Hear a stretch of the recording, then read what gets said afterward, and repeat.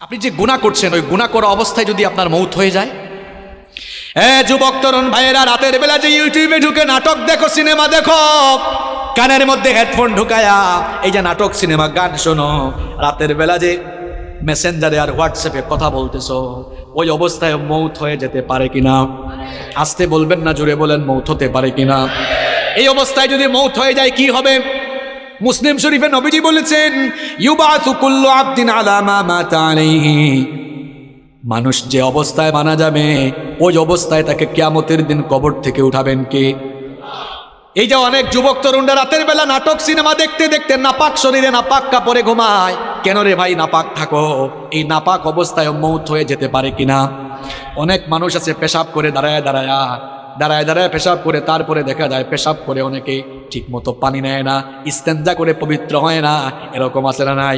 এমনকি সবচেয়ে মজার ব্যাপার হলো ওয়াজ শুনতে এসেছে, ওয়াজ থেকে যাওয়ার সময় রাস্তার ধারে পেশাব করে পবিত্র হয় না, এই রকম কারবারিও আছে না নাই? ওয়াজ শুনতে আসছে, যাওয়ার সময় নাপাক হয়ে বাড়ি ফিরে যাচ্ছে, এখন নাপাক অবস্থায় মৌত হয়ে যেতে পারে কিনা? আমার ভাইয়েরা, যে ব্যক্তি নাপাক থাকে তার সঙ্গে ফেরেশতা থাকে না, থাকে কি? আসতে বলবেন না, জোরে বলেন থাকে কে? তো এই অবস্থায় যদি আপনি মারা যান, কিয়ামতের দিন কিংবা কবরে গিয়ে কিয়ামতের মাঠে আপনি কিভাবে আল্লাহর সামনে দাঁড়াবেন? আপনি কেউ নাপাক অবস্থায় দুনিয়া থেকে চলে গেলেন, এই জন্য কখনো নাপাক থাকা যাবে, কখনো নাপাক থাকা যাবে? যুবক ভাইয়েরা, ইস্তেঞ্জায় গেলে পবিত্র হবেন তো, নাকি পানি টানি নিবেন না? হ্যাঁ, পাপের চিন্তা মাথায় আসলে মৌতের কথা স্মরণ করবেন, মৌতের কথা স্মরণ করবেন, গুনাহ থেকে বাঁচতে পারবেন। যখন দুনিয়ার লোভ লালসা আর গুনাহ করার দিকে আপনার মন বেশি ঝুঁকে যায়, আমি আপনাকে বলবো দুইটা জায়গায় সফর আপনি তখন বাড়ায় দিবেন। জুড়ে কোন কয়টা? আমি কথাটা আবারও রিপিট করছি, শুনেন। যখন পাপের দিকে গুনার দিকে আপনার মন বেশি ধাবিত হয়ে যায়, ঠিক তখনই আপনি দুইটা জায়গায় সফর করবেন। একটা জায়গা হসপিটাল, 2 নাম্বার জায়গা কবরস্থান। হসপিটালে যাবেন, গিয়ে দেখবেন আপনার মতো কত দুনিয়াওয়ালা, কত টাকাওয়ালা, পয়সাওয়ালা লোকেরা, কোটি কোটি টাকা আছে, তাও আইসিইউতে তারা সামান্য একটা দিন আরামে থাকার জন্য হাহাকার করছে, আছে না নাই? যে কালো টাকার জন্য, অবৈধ টাকার জন্য অন্যায় করছেন, গুনাহ করছেন, হসপিটাল গিয়ে দেখেন কত মানুষের টাকা তারে বাঁচাইতে পারে। একটু পর পর আইসিইউ থেকে লাশ বের হচ্ছে।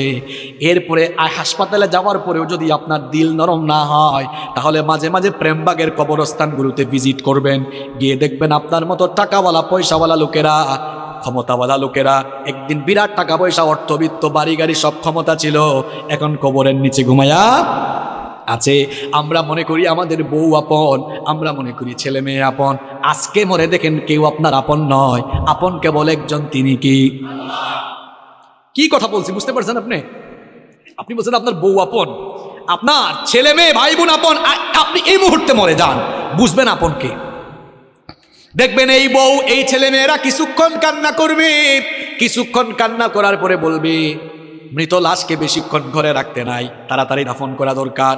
আপনাকে দেখবেন সাদা কাফন দিয়ে পেঁচায়া জানাজার মাঠে নিয়ে যাবে। যে ছেলে মেয়েদের জন্য, দেখেন একটু আগেই বলেছে কেউ আপন না, এই ছেলে মেয়েদের জন্য, বাড়ি গাড়ি করার জন্য, প্রপার্টি করার জন্য, সম্পত্তি কামানোর জন্য ঠিকঠাক নামাজও পড়েন নাই, অনেক সময় সঠিকভাবে আল্লাহর ইবাদত করেন নাই, যাদেরকে আপন মনে করেছেন আজ তারাই আপনাকে নিয়ে কবরে চলে যাবে, কবরে রেখে রেখে তারা আপনাকে চলে আসবে। এরপরে দেখবেন কেউ আপনার আপন থাকবে না। কবরে যাওয়ার পরে 2 জন ছাড়া আর কেউ আপন নাই, একজন হচ্ছেন আল্লাহ। এই জন্য কবরে ফেরেশতা এসে প্রথমে জিজ্ঞেস করবে বোন নাম কি, ছেলে মেয়ের নাম কি, না জিজ্ঞেস করবে মাও। আর একটু জোরে বলেন মাও রব্বুকা। প্রথমে এসে বলবে তোমার রব কে। তাহলে বুঝে নেন আপন, আপন কে, সবচাইতে আপন কে। আমার যখন ফুরাবে দিন, আসবে গহীন রাতি, থেকো আল্লাহ এ জীবনে, হয় চির সাথী, আসবে গহীন রাতি। আমার ভাই, আমার বাপ, আমার বউ, আমার ছেলে মেয়ে বলছেন আমার আমার বলে যখন কাউকে পাবো না, সেদিন আমার শূন্য হিয়ায় তুমি থেকো সান্ত্বনা, তুমি থেকো সান্ত্বনা। আমার আমার বলে যখন কাউকে পাবো না, সেদিন আমার শূন্য হিয়ায় তুমি থেকো সান্ত্বনা, তুমি থেকো সান্ত্বনা। আখির আলো নিভে যেদিন মনে আলো দিয়ে, আসবে নাকি অন্ধ চোখে একটু আলো নিয়ে, সেদিন আমার, সেদিন আমার, সেদিন আমার অন্ধ চোখে তুমি আলোর জ্যোতি, আসবে গহীন রাতি। আমার যখন ফুরাবে দিন, আসবে গহীন রাতি। থেকো আল্লাহ এ জীবনে হয় চির সাথী, আসবে গহীন রাতি। বলেন আমিন। একজনই আপন আর কেউ আপন না। আমার দাদার বাবার নাম জানি না। আপনি বলবেন হুজুর হঠাৎ করে এই কথা বলছেন কেন? হ্যাঁ, আপনি যে দুনিয়ার পেছনে ছুটছেন, ওই দুনিয়া যে আপনার নাম মনে রাখবে না, ওইটাই বুঝাচ্ছি আপনারে। আমি আমার দাদার বাপের নাম জানি না। আপনারা যদি বলি আপনার দাদার বাবার নাম কি, শেষ গুল্লা খাবেন। আমার দাদার বাপ 160-70 বছর আগে দুনিয়াতে ছিল। এখন 160-70 বছরের ব্যবধানে তার পরবর্তী প্রজন্ম তার নাম ভুলে গেল। ঠিক একই পরিণতি আমার আপনার হবে। কিসের পেছনে ছুটছেন আপনি? আপনার পরবর্তী প্রজন্ম দোয়া করা দূরের কথা, আপনার নামও মনে রাখবে না এরা। আপনার 6-7 পুরুষ আগে কারা কারা দুনিয়ায় ছিল, নসবনামা, আপনি কি সবার নাম বলতে পারবেন? 2-1 বলতে পারলেও সবাই পারবে। তার জন্য কি করছেন? এত গুনাহ করছেন, পাপ করছেন। এই ছেলে মেয়ে, জায়গা সম্পদ, বাড়ি গাড়ি, আরে ভাই বাড়ির জায়গায় থাকবে, বাড়িওয়ালা থাকবে। চোখেরই পলকে তুমি হতে পারো লাশ, চিরতরে বন্ধ হবে তোমারই নিঃশ্বাস। চোখের পলকে আপনি লাশ হতে পারেন। আশেপাশে বাজার আছে না? বাজারের নাম কি? ওই বসুন্ধিয়া বাজারে হয়তো আপনার কাফনের কাপড় বরাদ্দ হয়ে গেছে, চলে এসেছে, আপনি নিজেও জানেন না। আপনি ঘরে বসে এখন গোটা পৃথিবীর খবর নিতে পারবেন। ঘরে বসে গোটা পৃথিবীর খবর নিতে পারলেও কার জন্য কাফনের কাপড় রেডি কেউ এই খবর জানে না। যুবকরা বলবে হুজুর আমরা জোয়ান, আমরা বাঁচবো আরো। আরে ভাই, তোমার মতো কত যুবক রাতের বেলা বাড়িতে ঘুমায়, সকালবেলা তার লাশ বের হয়। Keep in your mind, there is no serial of death. মৃত্যুর কোনো সিরিয়াল নাই। পৃথিবীতে আসার সিরিয়াল আছে, পৃথিবীতে আসার সিরিয়াল আছে, যাওয়ার কোনো সিরিয়াল নাই। দেখা যায় আসার সময় সবার আগে দাদা, তারপরে বাবা, এরপরে ছেলে, তারপর দাদার ঘরে নাতি। আসার সুন্দর সিরিয়াল আছে, যাওয়ার কোনো সিরিয়াল নাই। মাঝে মাঝে সিরিয়াল ব্রেক হয়ে দেখা যায় নাতির লাশ দাদা কবরে নামায়, অথবা ছেলের লাশ বাবা কবরে নামায়। যে কেউ যে কোনো সময় চলে যেতে পারে, কোনো ঠিক ঠিকানা নাই। কি কারণে আমাকে আপনাকে দুনিয়াতে পাঠানো হলো? কেন আমাদেরকে পয়দা করে দুনিয়াতে আল্লাহ পাঠালেন? কোরআনুল কারীমের 51 নম্বর সূরা সূরাতুয যারিয়াতের 56 নম্বর আয়াতের মাধ্যমে রব্বুল আলামিন আমাদেরকে সেই কথা জানিয়ে দিলেন, ওয়ামা খালাকাতুল জিন্না ওয়াল ইনসা ইল্লা লিয়াবুদুন। I didn't create the jinn kind and mankind except my worship. আল্লাহ তাআলা বলছেন, আমি পৃথিবীতে জিন আর মানব জাতিকে আমার গোলামি ছাড়া, আমার দাসত্ব ছাড়া অন্য কিছুর জন্য সৃষ্টি করি নাই। আমাদেরকে যার গোলামির জন্য সৃষ্টি করা হয়েছে তিনি কে? অনেকে বলে না, কয় হুজুর এত টাকা পয়সার মালিক, গোলাম পরিচয় দেই কেমনে? আপনি শুধু গোলাম নন, গোলামের ঘরের গোলাম, বান্দির ঘরের গোলাম। আপনার বাপ দাদা পূর্বপুরুষ 14 গোষ্ঠী আল্লাহর গোলাম। আমরা গোলাম জাত, গোলামির জন্যই আমাদেরকে সৃষ্টি করা হয়েছে। আমরা ইবাদত করব কার? বিধিবিধান মেনে চলবো কার? আমরা যেন আল্লাহর ইবাদত না করি, আমরা যেন আল্লাহর বিধিবিধান মেনে না চলি, আল্লাহর গোলামির পথে সব সময় একজন আমাদেরকে প্ররোচনা দেয়, বাধা দেয়, আমাদেরকে ধোঁকা দেয়। সবাই জোরে বলেন তো, তার নাম কি? শয়তান। এই শয়তানের বয়স আমাদের চেয়ে কম না বেশি? এই বেটার বুদ্ধি আমাদের চেয়ে কম না বেশি? দেখছেন কারবার, হে বয়সেও পাক না, বুদ্ধিতেও পাক না। সে সব সময় ধোঁকা দিয়ে দিয়ে আমাদেরকে আল্লাহর দ্বীনের বিপরীত পথে পরিচালিত করে জাহান্নামের দিকে নিয়ে যেতে চায়। শয়তানের এই প্ররোচনাকে মোকাবেলা করে, শয়তানের ফাঁদে পা না দিয়ে, শয়তানের গোলামি না করে যেই সকল লোকেরা আল্লাহর গোলামির পথে জীবন পরিচালনা করবে তারাই নিজেদেরকে পরিশুদ্ধ বানিয়ে জান্নাতের পথে হাঁটতে হাঁটতে জান্নাতে চলে যাবে। সুবহানাল্লাহ। আর যারা শয়তানের ফাঁদে পা দিয়ে শয়তানের প্ররোচনায় পড়ে দুনিয়ার জীবনকে শয়তানের কথা মতো দুনিয়ার জীবন কাটায় দিবে, এই লোকগুলোর দুনিয়া আখিরাত ব্যর্থ হয়ে এরা জাহান্নামে চলে যাবে। এই জন্য রব্বুল আলামিন কোরআনুল কারীমের 91 নম্বর সূরা সূরাতুশ শামসের 9 নম্বর আয়াত থেকে বললেন, ক্বাদ আফলাহা মান যাক্কাহা ওয়া ক্বাদ খাবা মান দাসসাহা। কথাগুলো কার? আল্লাহ তাআলা বলছেন অবশ্যই সে সফল কাম হয়েছে যে শয়তানের প্ররোচনা থেকে মুক্ত হয়ে পাপ পঙ্কিলতা মুক্ত জীবন গঠন করে পরিশুদ্ধ হয়েছে, সে সফল হয়ে জান্নাতে যাবে। সুবহানাল্লাহ। সে ব্যক্তি ব্যর্থ হয়েছে যে তার জীবনকে গুনাহের সাগরে ডুবিয়ে দিয়েছে। এখন আমাদেরকে গুনাহের দিকে নিয়ে যেতে চায় যে তার নাম কি? তার নাম কি? শয়তান। গুনাহ থেকে আপনারা বাঁচতে চান তো? গুনার দিকে নিয়ে যায় যে তার নাম কি? শয়তানের ধোঁকা থেকে আমরা সবাই বাঁচতে চাই কি চাই না? যুবক, তরুণ, ছাত্র, আমার বাবার বয়সী সম্মানিত চাচারা, আমার মায়েরা, বোনেরা, আমরা সবাই তো গুনাহ থেকে বাঁচতে চাই। কারণ গুনাহ থেকে বেঁচে না থাকলে, শয়তানের ধোঁকা থেকে বেঁচে না থাকলে আমাদের দুনিয়া আখিরাত উভয়টাই নষ্ট হয়ে যাবে। এজন্য আমরা প্রত্যেকটি মানুষ গুনাহ থেকে, প্রত্যেকটি মুসলমানই নিজেকে বাঁচাতে চায়। এখন গুনাহ থেকে আপনি নিজেকে বাঁচাবেন কেমনে? গুনাহ থেকে, শয়তানের ধোঁকা থেকে নিজেকে আপনি হেফাজত করবেন কেমনে? আজ আমি আপনাদেরকে গুনাহ থেকে বাঁচা, শয়তানের ধোঁকা থেকে বাঁচার 12টি উপায় কোরআন আর সুন্নাহ থেকে তুলে ধরবো। এত বাস্তবিক কথা আপনাদেরকে শোনায় যাব।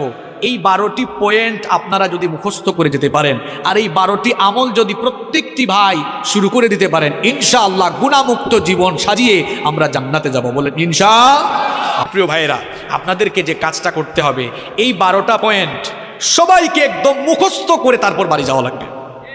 পারবেন না ইনশাআল্লাহ? মাত্র 12টা কথা, খুব সহজ সহজ কথা বলবো, আপনারা সবাই মুখস্থ করে বাড়ি যেতে পারবেন না ইনশাআল্লাহ? পারবেন তো ইনশাআল্লাহ?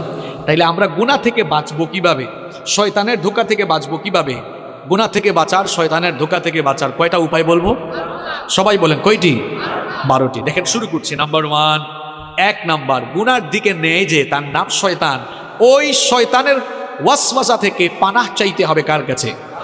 1 নাম্বার আমল শেখাই যাচ্ছি। যখন গুনাহের চিন্তা, পাপের চিন্তা মাথায় আসবে, সাথে সাথে ওই শয়তানের খপ্পর থেকে নিজেকে বাঁচানোর জন্য সাথে সাথে আশ্রয় চাইতে হবে কার কাছে?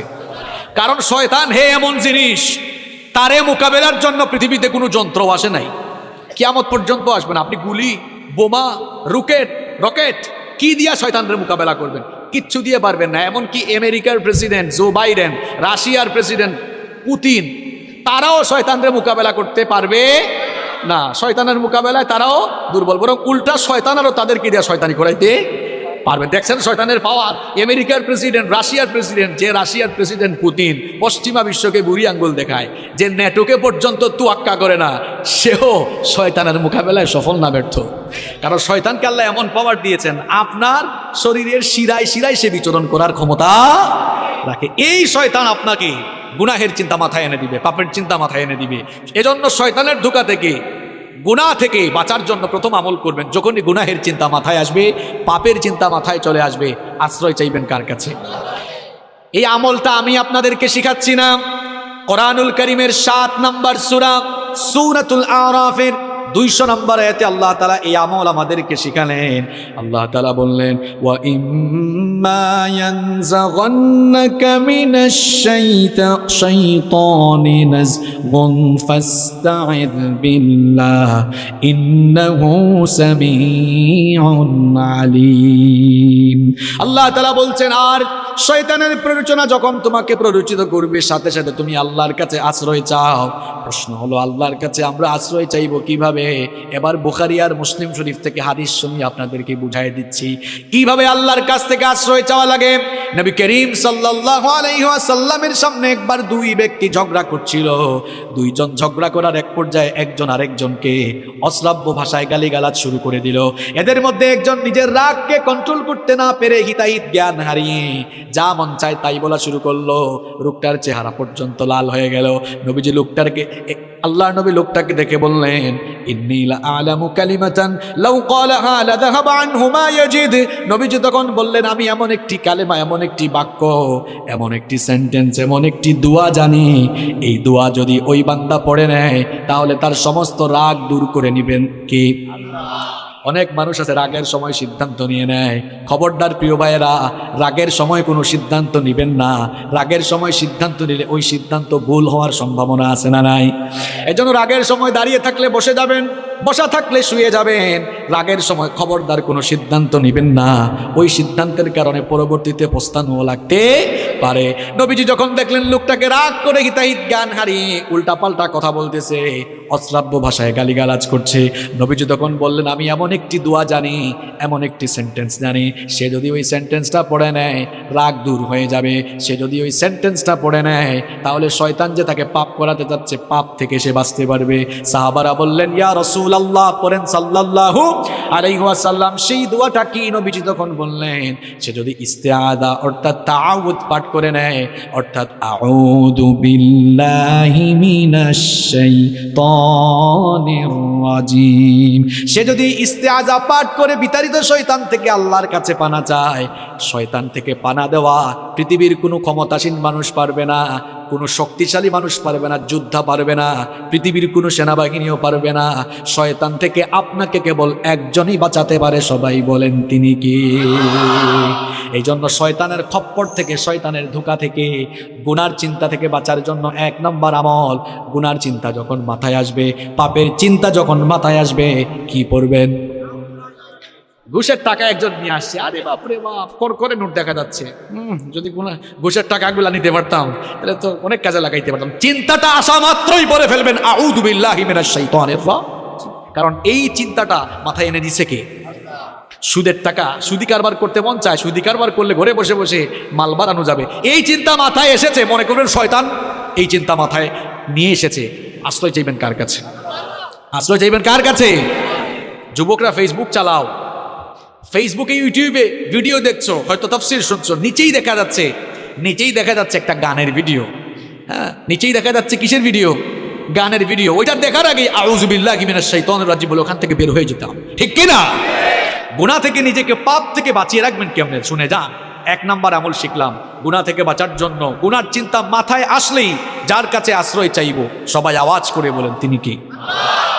2 নম্বর আমল, গুনাহ থেকে বাঁচার জন্য, পাপ থেকে বাঁচার জন্য গুনাহের চিন্তা মাথায় আসলেই একজনের কথা দিলে স্মরণ করবেন, একজনকে ভয় করবেন সাথে সাথে, তিনি কি?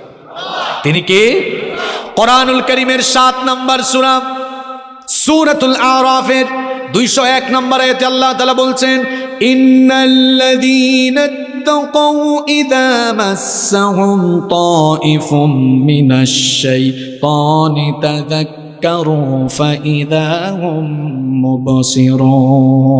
আল্লাহ তাআলা বলছেন, নিশ্চয়ই যারা তাকওয়া অবলম্বন করে, নিশ্চয়ই যারা আল্লাহকে ভয় করে, শয়তানের প্ররোচনা যখন তাদেরকে স্পর্শ করে, শয়তান যখনই তাদেরকে ধোঁকা দিতে চায়, তখন তারা গুনাহ থেকে বাঁচার জন্য একজনের কথা স্মরণ করে, একজনের কথা স্মরণ করে, তাকেই ভয় করে, তিনি কি? যাদের হৃদয়ে আছে আল্লাহর ভয়, তারা কভু পথ ভুলে যায় না। আল্লাহর প্রেম ছাড়া এই দুনিয়ায় কারো কাছে কোনো কিছু চাই না, কারো কাছে কোনো কিছু চাই না। আল্লাহর ভয় যার অন্তরে আছে সে কখনো বিপদগামী হতে পারে।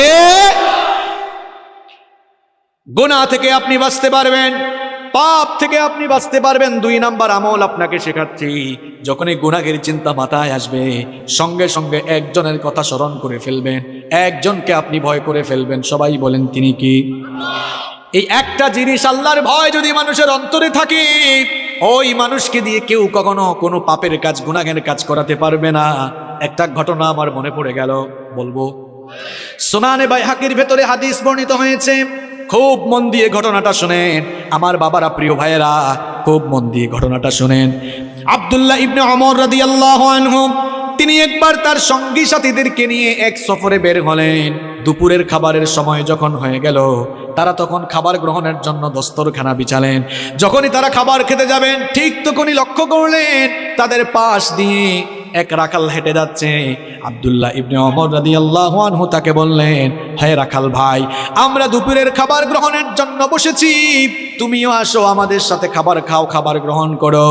রাখাল ছেলেটি তখন বলল, ও মুসাফির ভাই, আমাকে খাবারের দাওয়াত দিয়েছেন, আমি খুশি হয়েছি, কৃতজ্ঞতা জানাচ্ছি, কিন্তু আপনাদের সাথে আমি তো খাবার খেতে পারবো না। আব্দুল্লাহ ইবনে ওমর রাদিয়াল্লাহু আনহু তাকে বললেন, কি কারণে তুমি আমাদের সাথে খাবার খেতে পারবে না?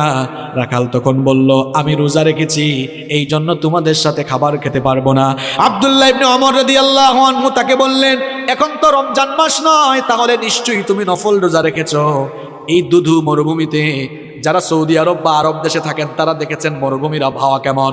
তিনি বলছেন, এই রুক্ষ মরুভূমিতে বিশাল পশুর পাল নিয়ে তুমি এই মরুভূমিতে এসেছো, তুমি রাখাল মানুষ, সবসময় হয়তো ভালো খাবার দাবার পাও না, আর এই প্রচণ্ড গরম তাপমাত্রায় খুব কষ্ট হচ্ছে তোমার, আসো আমাদের সাথে খাবার খাও, আমাদের সাথে ভালো আইটেমের খাবার আছে, নফল রোজা ভাঙলে তো কোনো অসুবিধা হবে না। ওই রাখাল তখন বলল, মুসাফির, তোমার কথায় তো আমি নফল রোজা হলেও ভাঙতে পারি না, কারণ আমি তো ওই শূন্য দিনের জন্য আমল করে যাচ্ছি, যেদিন মানুষের আমল ছাড়া আর কিছুই কাজে লাগবে না। সুবহানাল্লাহ পড়ে বলিয়েন, কিন্তু কথাগুলো বুঝেন আগে। আব্দুল্লাহ ইবনে ওমর রাদিয়াল্লাহু আনহু মনে মনে ভাবলেন, লোকটার অন্তরে মনে হয় পরহেজগারিতা আছে। চিন্তা করলেন, এরে এমনি এমনি ছাড়া যায় না, পরীক্ষা করে তারপরে তার ভেতরে কত পরহেজগারিতা আছে এটা দেখে তারপরে আজকে আমি তারে ছাড়বো। তিনি বললেন, ঠিক আছে, খাইও না, আমার কাছে আসো। কাছে আসার পর জিজ্ঞেস করলেন, এই যে বিরাট পশুর পাল নিয়ে মরুভূমিতে এসেছো, এই পশুপালের মালিক কে? রাখাল বলল, এগুলোর মালিক আমি নই, আমি একজনের গোলাম, আমি তার পশুপাল মরুভূমিতে চড়াই। এবার আব্দুল্লাহ ইবনে ওমর রাদিয়াল্লাহু আনহু রাখালকে পরীক্ষা করার জন্য একটা অপশন পেয়ে গেলেন। তিনি বললেন, ও রাখাল ভাই শোনো, এই পশুর পাল থেকে একটা ছাগল বা মেষ আমার কাছে তুমি বিক্রি করে দাও, আমি তোমাকে নগদ টাকা দিব। তুমি তো রোজাদার মানুষ, আমার সাথে খাবার খেলে না, ওই পশুটা জবাই করে কিছু মাংসও আমি তোমাকে হাদিয়া দিব, তোমাকে নগদ টাকা দিব, পাশাপাশি তোমাকে মাংসও হাদিয়া দিব। রাখাল তখন বলল, মুসাফির, আমি তো তোমাকে আগেই বলেছি এই পশুপালের মালিক আমি নই, তোমার কাছে বিক্রি করলে আমার মালিকের কাছে গিয়ে আমি কি জবাব দিব? আব্দুল্লাহ ইবনে ওমর রাদিয়াল্লাহু আনহু তাকে পরীক্ষা করছেন, পরীক্ষা করার উদ্দেশ্যেই সবগুলো কথা বলতেছেন। তিনি বললেন, শোনো, এই রকম বিরাট পশুর পাল নিয়ে মরুভূমিতে আসলে পশুপালের উপরে বাঘের আক্রমণ হতে পারে, এটা সবার জানা কথা। তুমি যদি তোমার মালিককে গিয়ে বলো বাঘের আক্রমণে একটা ছাগল বা একটা মেষ বাঘ খেয়ে ফেলেছে, তোমার মালিক কিছুই মনে করবে না, একদিকে তারেও বুঝ দিতে পারবা, অন্যদিকে আমার কাছে বিক্রি করলে নগদ টাকা আর কিছু মাংস হাদিয়া পাবা, সুতরাং নগদেই লাভ তুমি হাতছাড়া করো না। রাখাল, সে রাখাল এবং গরিব মানুষ হলেও জবাবটা কি দিল শুনে, সে তখন বলল, মুসাফির, কি বোকার মতো কথা বলছো তুমি, আমি হয়তো মিথ্যা বলে ধোঁকাবাজি করে আমার মালিককে গিয়ে যে কোনো কায়দায় আমি বুঝ দিয়ে ফেলতে পারবো, কিন্তু তোমার কাছে প্রশ্ন হচ্ছে, আইন আল্লাহ, আমার আল্লাহ কোথায়? আমার মালিকের মালিক, তোমার মালিক, আমার মালিক, বিশ্বজাহানের মালিক, সেই আল্লাহ তাআলাকে ধোঁকা দেওয়া তো কারো দ্বারা সম্ভব হবে না। ঠিক কইেন না গেলে কি বুঝলেন? দেখছেন, অন্তরে আল্লাহর ভয় থাকলে কেউ জোর করে কখনো তাকে দিয়া খারাপ কাজ করাতে পারবে না। আমি তো বলি, কারো অন্তরে আল্লাহর ভয় থাকলে এরে আপনি গাছের সাথে বাঁধা পিটানো, যদি বলেন যাই খারাপ কাজ করছে মরে যাবে, তাও আল্লাহর ভয়ে গুনাহের কাজ করবে না। শুধু পুলিশ দিয়া পিটাইয়া মানুষ ভালো বানানো যায় না। মাঝে মাঝে দেখা যায় জেলখানায় ঢুকার পরে দাগি দাগি আসামি জামিন নিয়ে বের হয়ে প্রমোশন নিয়ে বড় বড় ডাকাত হয়ে যায়। শুধু পিটাইয়া মানুষ ভালো বানাইতে পারবেন না, মানুষের কলিজার ভেতরে আল্লাহর ভয় ঢুকায় দেন, দেখবেন এই মানুষগুলো আল্লাহর ওলি হয়ে যাবে। গুনাহ থেকে বাঁচতে হলে আল্লাহর ভয় কলিজায় ঢুকাতে হবে। যার কলিজায় আল্লাহর ভয় আছে ওই যুবক কখনো ফোন হাতে নিয়ে অশ্লীল ভিডিও দেখবে না। যার কলিজায় আল্লাহর ভয় আছে মিথ্যা বলবে না। যার কলিজায় ভয় আছে জনগণের সম্পদ মেরে খাবে না, মানুষের হক নষ্ট করবে না। যার কলিজায় ভয় আছে ইসলামের বিরুদ্ধে কথা বলবে না। যার কলিজায় আল্লাহর ভয় নাই সে যা মন চায় তাই করতে পারবে। এমনকি কেউ ব্যবসায়ী হলে আল্লাহর ভয় থাকলে কখনো মানুষের সঙ্গে ধোঁকা দিবে না। দেখেন আল্লাহর ভয়টা কি জিনিস, এই ঘটনাটা আপনারা সবাই জানেন, তাও আমি 30 সেকেন্ডে বলছি জাস্ট বুঝাবার জন্য। ওমর রাদিয়াল্লাহু আনহু আপনারা জানেন তিনি অর্ধ পৃথিবী শাসন করেছেন। রাতের বেলা ঘুমাতেন, অর্ধ পৃথিবীর শাসন করতে হয়, রাতের ঘুম হারাম। জিজ্ঞেস করা হলো রাতে ঘুমান না কেন? তিনি বলেন আমি রাতের বেলা ঘুমাবো, আর জনগণ যদি কষ্ট পায় এই কষ্টগুলোই কিয়ামতের দিন আমার জাহান্নামে যাওয়ার কারণ হয়ে যেতে পারে। আর আমরা ছোট ছোট চেয়ারের মালিক হয়ে যে গিয়ার বাড়ায় দেই মাঝে মাঝে, আমাদের অবস্থা হয়ে যায় এমন যে যখন চেয়ারে সে উঠে যায় গিয়ারে। আপনার চেয়ারের গিয়ার একটু কমায় রেখেন, আর গিয়ার যদি উঠানো ইসলামের পক্ষে উঠাইয়েন, লাভ হবে। যেমন আমিও এখন গিয়ারে, কারণ আমি চেয়ারে, তবে আমার গিয়ার কোরআন হাদিসের পক্ষে, ইসলামের পক্ষে আছে। আর চেয়ারে বসে গিয়ার যদি ইসলামের বিরুদ্ধে নেন, মনে রাখবেন চেয়ারে বসাইছেন যিনি, জনগণের জুতার বাড়ি খাওয়াই ইজ্জত করে নামাইতে পারেন তিনি। এজন্য চেয়ারের নামে আল্লাহ কোরআনে আয়াত দিয়েছেন, আয়াতুল, কথা বলেন না কেন, আয়াতুল কুরসি। হোয়াটস দ্য মিনিং অফ কুরসি? What do you mean by কুরসি? কুরসি বলতে আপনি কি বুঝেন? কুরসি ইটস এন অ্যারাবিক ওয়ার্ড, এটা আরবি শব্দ। এর বাংলা অর্থ হচ্ছে গদি, সিংহাসন। ইংরেজিতে আমরা এটাকে বলি চেয়ার। আল্লাহ তাআলা কোরআনের ৬,২৩৬টা আয়াতের মধ্যে চেয়ারের আয়াতকে সবচেয়ে ফজিলতের আয়াত বানিয়েছেন, যাতে চেয়ারওয়ালা লোকেরা চেয়ারে বসে চেয়ারের অপব্যবহার করে মানুষের উপরে জুলুম না করে। এই জন্য আল্লাহ তাআলা ওই চেয়ারের আয়াতে, আয়াতুল কুরসির ভেতরে তার নিজের সফরানটি, সার্বভৌম ক্ষমতার পরিচয় দিয়ে তামাম দুনিয়ার চেয়ারওয়ালা লোকদেরকে সাবধান করে দিয়েছেন। ওই আয়াত ভালো করে পড়বেন, আল্লাহ আমাদের বুঝার তৌফিক দান করেন। তো ওমর রাদিয়াল্লাহু আনহু রাতের বেলা ঘুমাইতেন না। একদিন শেষ রাতে দেখলেন এক বাড়িতে আলো জ্বলতেছে, কথাবার্তাও শোনা যাচ্ছে। একটু কান পাতলেন। স্বাভাবিক অবস্থায় কান পেতে কিছু শোনা জায়েজ নয়, তবে দায়িত্বশীল ব্যক্তির জন্য সেটা জায়েজ আছে। তিনি শুনলেন এক মা তার মেয়েকে বলছে যে, মেয়ে, বেটি উঠ, আমি উটনির দুধ দোহন করে এনেছি, দুধ তো কম পেয়েছি, পানি মিশা, দুধের পরিমাণও বাড়বে, লাভের পরিমাণও বাড়বে। মেয়ে বলল, মা গো, এটা তো অন্যায় কাজ, খাদ্যদ্রব্যে ভেজাল দেওয়া এটা ঠিক নয়। তাছাড়া আমাদের প্রেসিডেন্ট আমিরুল মুমিনিন ওমর রাদিয়াল্লাহু আনহু তিনি তো রাষ্ট্রীয় নিষেধাজ্ঞা জারি করে দিয়েছেন যে খাদ্যে কোনো ভেজাল দেওয়া যাবে না। মা বলল, বেটি, এ তো বোকা কেন তুই? ওমর তো এই আদেশ দিয়া সে তার বাড়িতে ঘুমায়, সে কি আমাদের মা মেয়ের কারবার দেখে? অথচ ওমর রাদিয়াল্লাহু আনহু দেয়ালের পাশে সব শোনে। আর মেয়ের কলিজায় আল্লাহর ভয় কেমন দেখেন। মেয়ে বলল, মা গো, তিনি না হয় ঘুমাচ্ছেন, কিন্তু উনার রব, তোমার রব, আমার রব, তিনি কি রাতের বেলা ঘুমায় থাকেন নাকি? উনার তো কোনো তন্দ্রা নাই, ঘুম নাই, তিনি সব দেখেন কিনা? দেখেছেন আল্লাহর ভয়? এই একটা জিনিস আপনার অন্তরে থাকলে, পাপের চিন্তা মাথায় এসেছে, জনগণের হক মাইরা খাওয়ার চিন্তা মাথায় এসেছে, সাথে সাথে কলিজায় আল্লাহর ভয় ঢুকান মিয়া। পাপ থেকে, গুনাহ থেকে বাঁচতে পারবেন। 2 নাম্বার আমল শিখালাম, পাপের চিন্তা, গুনাহের চিন্তা মাথায় আসা মাত্রই, পাপের চিন্তা, গুনাহের চিন্তা, এদিকে ঘুরে, পাপের চিন্তা, গুনাহের চিন্তা মাথায় আসা মাত্রই একজনের কথা স্মরণ করে তাকে ভয় করে ফেলা। তিনি কে? তিনি কে? আল্লাহ। কয়টা পয়েন্ট বললাম? 1 নাম্বার, কি পড়বেন? গুনার চিন্তা মাথায় আসলে কি পড়বেন? 2 নাম্বার, কাকে ভয় করবেন? নাম্বার 3 নাম্বার, গুনাহের চিন্তা মাথায় আসলেই একটা জিনিসের কথা মনে করবেন, সেটার নাম মৃত্যু। সেটার নাম, জোরে বলেন, সেটার নাম কি? আপনি যে গুনাহ করছেন, ওই গুনাহ করা অবস্থায় যদি আপনার মৌত হয়ে যায়। যুবক তরুণ ভাইয়েরা, রাতের বেলা যে ইউটিউবে ঢুকে নাটক দেখো, সিনেমা দেখো, কানের মধ্যে হেডফোন ঢুকায়া এই যে নাটক, সিনেমা, গান শোনো, রাতের বেলা যে মেসেঞ্জারে আর হোয়াটসঅ্যাপে কথা বলতেছো, ওই অবস্থায় মৌত হয়ে যেতে পারে কিনা? আসতে বলবেন না, জোরে বলেন, মৌত হতে পারে কিনা? এই অবস্থায় যদি মৌত হয়ে যায় কি হবে? মুসলিম শরীফে নবীজি বলেছেন, ইউবাসু কুল্লু আবদিন আলা মা মাতা আলাইহি, মানুষ যে অবস্থায় মারা যাবে ওই অবস্থায় তাকে কিয়ামতের দিন কবর থেকে উঠাবেন কে? এই যে অনেক যুবক তরুণরা রাতের বেলা নাটক, সিনেমা দেখতে দেখতে নাপাক শরীরে, নাপাক কাপড়ে ঘুমায়। কেন রে ভাই নাপাক থাকো? এই নাপাক অবস্থায় মৌত হয়ে যেতে পারে কিনা? অনেক মানুষ আছে পেশাব করে দাঁড়ায় দাঁড়ায় পেশাব করে, তারপরে দেখা যায় পেশাব করে অনেকে ঠিক মতো পানি নেয় না, ইস্তেঞ্জা করে পবিত্র হয় না। এরকম আছে না নাই? এমনকি সবচেয়ে মজার ব্যাপার হলো, ওয়াজ শুনতে এসেছে, ওয়াজ থেকে যাওয়ার সময় রাস্তার ধারে পেশাব করে পবিত্র হয় না। এই রকম কারবারিও আছে না নাই? ওয়াজ শুনতে আসছে, যাওয়ার সময় নাপাক হয়ে বাড়ি ফিরে যাচ্ছে। এখন নাপাক অবস্থায় মৌত হয়ে যেতে পারে কিনা? আমার ভাইয়েরা, যে ব্যক্তি নাপাক থাকে তার সঙ্গে ফেরেশতা থাকে না, থাকে কে? আসতে বলবেন না, জোরে বলেন, থাকে কে? তো এই অবস্থায় যদি আপনি মারা যান, কিয়ামতের দিন কিংবা কবরে গিয়ে কিয়ামতের মাঠে আপনি কিভাবে আল্লাহর সামনে দাঁড়াবেন? আপনি তো নাপাক অবস্থায় দুনিয়া থেকে চলে গেলেন। এই জন্য কখনো নাপাক থাকা যাবে, কখনো নাপাক থাকা যাবে। যুবক ভাইয়েরা, ইস্তেঞ্জায় গেলে পবিত্র হবেন তো, নাকি পানি টানি নিবেন না? হ্যাঁ, পাপের চিন্তা মাথায় আসলে মৌতের কথা স্মরণ করবেন। মৌতের কথা স্মরণ করবেন, গুনাহ থেকে বাঁচতে পারবেন। যখন দুনিয়ার লোভ লালসা আর গুনাহ করার দিকে আপনার মন বেশি ঝুঁকে যায়, আমি আপনাকে বলবো দুইটা জায়গায় সফর আপনি তখন বাড়ায় দিবেন। জুড়ে কোন কয়টা? আমি কথাটা আবারও রিপিট করছি, শুনেন। যখন পাপের দিকে গুনার দিকে আপনার মন বেশি ধাবিত হয়ে যায়, ঠিক তখনই আপনি দুইটা জায়গায় সফর করবেন।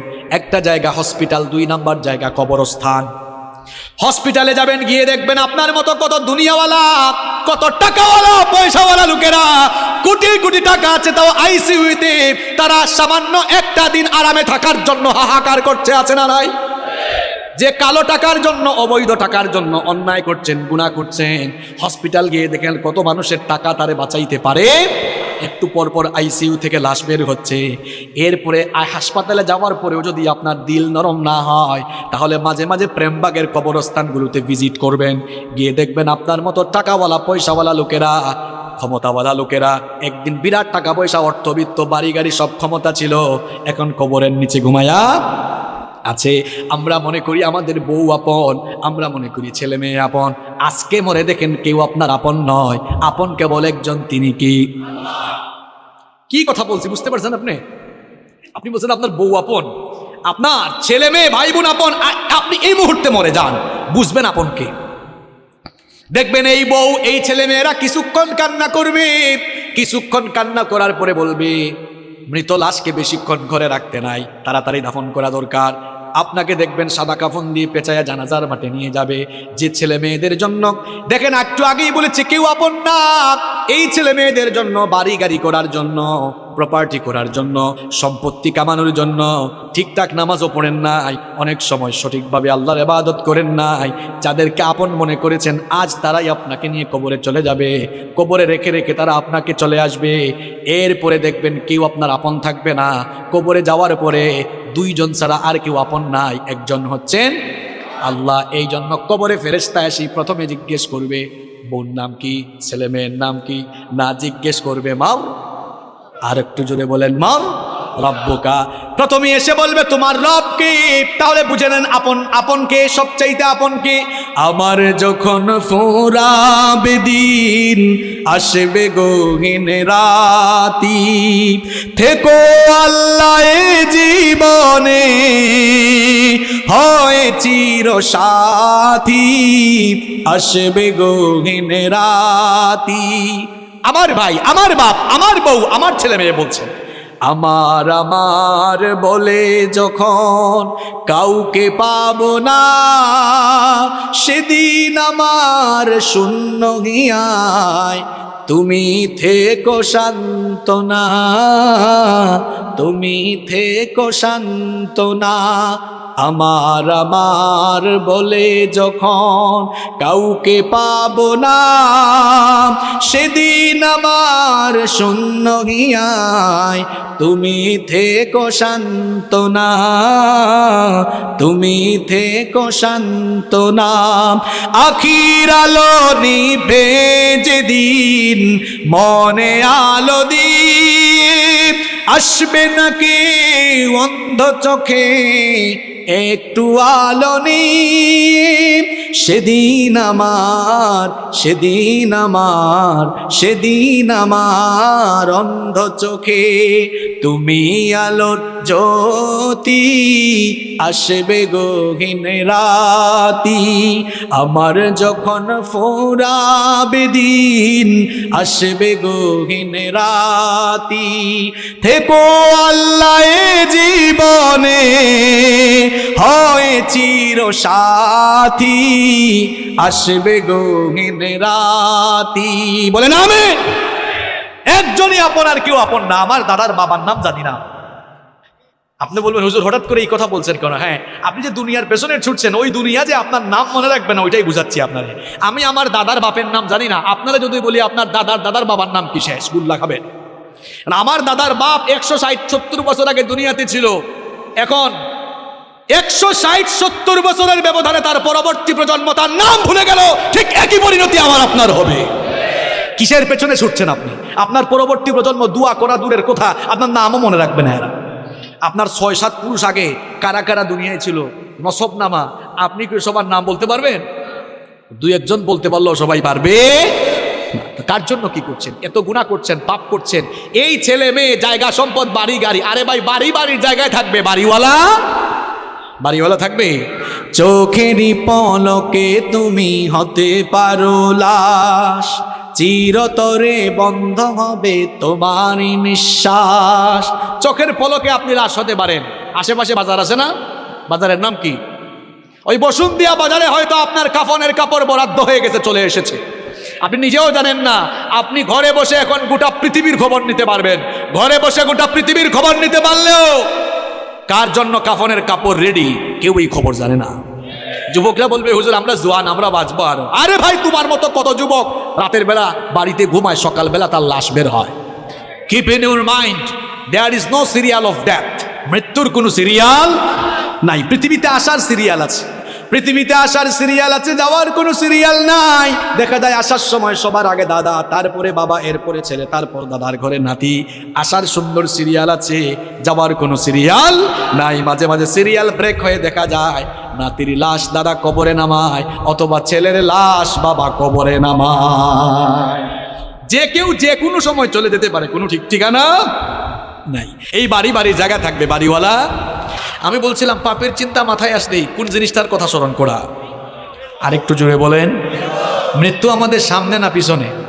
না, এটা ভুল। মৃত্যু সামনে নয়, মৃত্যু পেছনে। কবর হলো সামনে, মৃত্যু পেছনে, কবর সামনে। আমার প্রিয় ভাইরা, যখনই কোনো গুনার চিন্তা মাথায় আসবে সাথে সাথে মৌতের কথা স্মরণ করবেন। আমি যদি গুনাহ করতে করতে মারা যাই, মরে যেতে পারি কিনা? এই মৃত্যুর কথা স্মরণ করলে দেখবেন আপনি গুনাহের কাজ থেকে, পাপের কাজ থেকে নিজেকে আপনি হেফাজত করে রাখতে পারবেন ইনশাআল্লাহ। কষ্ট হচ্ছে না তো? আচ্ছা, গুনাহ থেকে বাঁচার কয়টা উপায় বলতেছি, আরো জোরে বলেন। ঘুম আসছে নাকি? একটা তাকবীর দেন তো, লিল্লাহি তাকবীর। দাঁড়ান, একটু বিয়ের আগে দেন, যারা বিয়া করে ফেলছেন। এরপরে অবিবাহিতরা দিবেন। দেখি বিবাহিত এদের এনার্জি বেশি না অবিবাহিতদের এনার্জি বেশি? বিবাহিত ভাইরা প্রথমে রেডি। আপনারা মান সম্মান রাখেন, কিন্তু সবাই রেডি তো? লিল্লাহি তাকবীর। বাপরে বাপ, আরো করা যাবে নাকি? অবিবাহিত ভাইরা তোমরা শুনছো তো বিবাহিতদের আওয়াজ, নিজেদের মান সম্মান ইজ্জত নষ্ট করো না। তোমাদের আওয়াজ যদি বিয়ের আগেই কম থাকে সবাই ট্রল করবে তোমাদেরকে নিয়ে। সবাই রেডি তো অবিবাহিত ভাইরা? আচ্ছা, ইলেকট্রিসিটি চলে আসছে আলহামদুলিল্লাহ। অবিবাহিত ভাইরা সবাই রেডি তো? লিল্লাহি তাকবীর। তোমাদের তো এনার্জি বেশি থাকবেই ভাই, তোমরা তো বিয়া করো না এখন। এবার বিবাহিত অবিবাহিত ছোট বড় আমার বয়স্ক বাবারা সবাই মিলে আরেকবার লিল্লাহি তাকবীর। ওদের জীবনে আসছিল, সব চলে গেছে, তাই না? এবার শুনতেও মজা লাগবে, তবে আমি কষ্ট দিব না আপনাদেরকে, শর্টলি বলছি। সম্মানিত ভাইয়েরা, তাহলে গুনাহ থেকে বাঁচার আমল হচ্ছে মোট 12টা। কয়টা বলছি? 3টা। 1 নাম্বার আশ্রয় চাইবেন কার কাছে? 2 নাম্বার ভয় করবেন কারে? 3 নাম্বার কোন জিনিসের কথা স্মরণ করবেন? 4 নাম্বার গুনাহ থেকে বাঁচতে হলে নিজেকে নফসের গোলাম বানানো যাবে। নফসের গোলাম নিজেকে বানানো যাবে না, কারণ নফস মানুষকে পাপের দিকে ধাবিত করে। আর নফস হলো 3 প্রকার। নফস কয় প্রকার? জোরে বলেন, কয় প্রকার? আরো জোরে, কয় প্রকার? 1 নাম্বার নফসে আম্মারা, 2 নাম্বার নফসে লাওয়ামা, 3 নাম্বার নফসে মুতমাইন্না। আবারও বলি, মুখস্থ করে ফেলেন। 1 নাম্বার নফসে আম্মারা, 2 নাম্বার নফসে লাওয়ামা, 3 নাম্বার নফসে মুতমাইন্না। আমি বানায় বলছি। 3 প্রকার নফসের কথা কোরআনে আছে। কোথায় আছে দেখায় দিই। 1 নাম্বার নফসে আম্মারা, এটা কোন প্রকার নফস? যে নফস গুনাহের দিকে ধাবিত করে। এই ধরনের নফস থেকে আল্লাহ আমাদেরকে হেফাজত করেন। রব্বুল আলামিন কোরআনুল কারীমের 12 নম্বর সূরা ইউসুফের 53 নম্বর আয়াতে বলছেন, ইন্নান নাফসা লাআম্মারাতুম বিস-সুই ইল্লা মা রাহিমা রাব্বি ইন্না রাব্বি গফুরুর রহিম। আল্লাহ তাআলা বলছেন, নিশ্চয়ই নফস মানুষকে পাপের দিকে, গুনাহের দিকে ধাবিত করে। তবে সেই ব্যক্তি ছাড়া যার উপরে আল্লাহ দয়া করেন, নফসের গোলামি আপনাকে ছেড়ে দিতে হবে গুনাহ থেকে বাঁচার জন্য। যেমন ফজরের সময়, হোক সেটা শীতের দিন, হোক সেটা গরমের দিন, দেখবেন ফজরের টাইমে ওয়েদারটা একটু ঠান্ডা থাকে, আরামের থাকে। ওই সময় নফস চাইবে, মন চাইবে ঘুমান, আর আল্লাহ চাইবেন বান্দা উঠে নামাজ পড়। বলেন তো নফসের চাওয়াকে প্রাধান্য দিবেন নাকি আল্লাহর চাওয়াকে প্রাধান্য দিবেন? বললে তো আল্লাহর চাওয়ারে প্রাধান্য দিবেন, হাতও তোলা লাগবে না, কিছু বলা লাগবে না, চুপচাপ থেকে নিজের বিবেককে প্রশ্ন করেন, আজকের ফজরের নামাজে নফসের গুলামি করেছেন না আল্লাহর গুলামি করেছেন? কিছু বলা লাগবে না, আমি তো বলছি চুপ থেকে বিবেককে প্রশ্ন করেন। নফসের গুলামি ছাড়তে হবে, গুনাহ থেকে পাপ থেকে বাঁচতে হলে নফসের গোলামি ছাড়তে হবে। মন চাইবে সুদ খাবো, মনের চাওয়া প্রাধান্য দিব না, সুদ হারাম করেছে মোল্লা না আল্লাহ, আল্লাহর চাওয়া প্রাধান্য দিয়ে সুদ থেকে বিরত থাকবো। নফস চাইবে, মনটা চাইবে একটু ওই জায়গায় দুর্নীতি করি, এটা মনের চাওয়া। আল্লাহ চান বান্দা দুর্নীতি থেকে মুক্ত হয়ে তুই পবিত্র থাক, তাহলে মনের চাওয়া প্রাধান্য দিবেন না আল্লাহর চাওয়া প্রাধান্য দিবেন। হ্যাঁ যুবক তরুণ ছাত্ররা শোনো, মোবাইল ফোন হাতে নিলে মনটা চাইবে রাতের বেলা ইউটিউবে গিয়ে একটু নাটক দেখি, সিনেমা দেখি।